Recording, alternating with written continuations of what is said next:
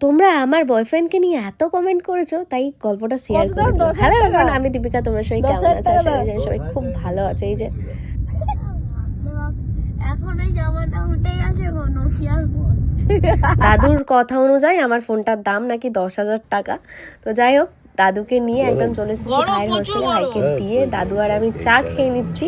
এদিকে একটু চিয়েস করেছি। দাদুর 1 কাপ চা খেয়ে হয়নি, তাই আর একটু। আমাদের একটা কথা বলি, এই যে চা খাওয়ার আমার নেশাটা না, এটা আমার দাদুর থেকেই পাওয়া। দাদু ঘন্টায় ঘন্টায় চা খেত, আর ঘন্টায় ঘন্টায় ওই যে টিউবলাইট সেটা। তারপরে ওখান থেকে ডিরেক্ট চলে গেছিলাম আমাদের শোরুমে। ওখানে গিয়ে কিন্তু অনেক কাণ্ড করেছি। তারপরে বাড়িতে এলাম মায়ের সাথে দেখা করে, আর এখানে এসে দিশাও চলে এসেছে। আচ্ছা, আমি করে দিচ্ছি।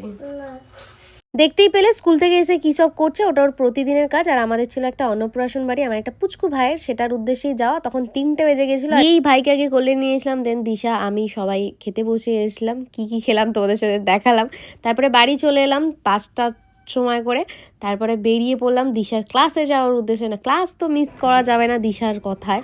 তো তারপরে ওকে ক্লাসে দিয়ে চলে এসেছিলাম মোয়ের বাড়ি। ইনি নাকি খুব ঠান্ডা লাগিয়ে সর্দি টর্দি বাঁধিয়েছেন, তাই এনাকে একটা স্পেশাল ট্রিটমেন্ট দিলাম।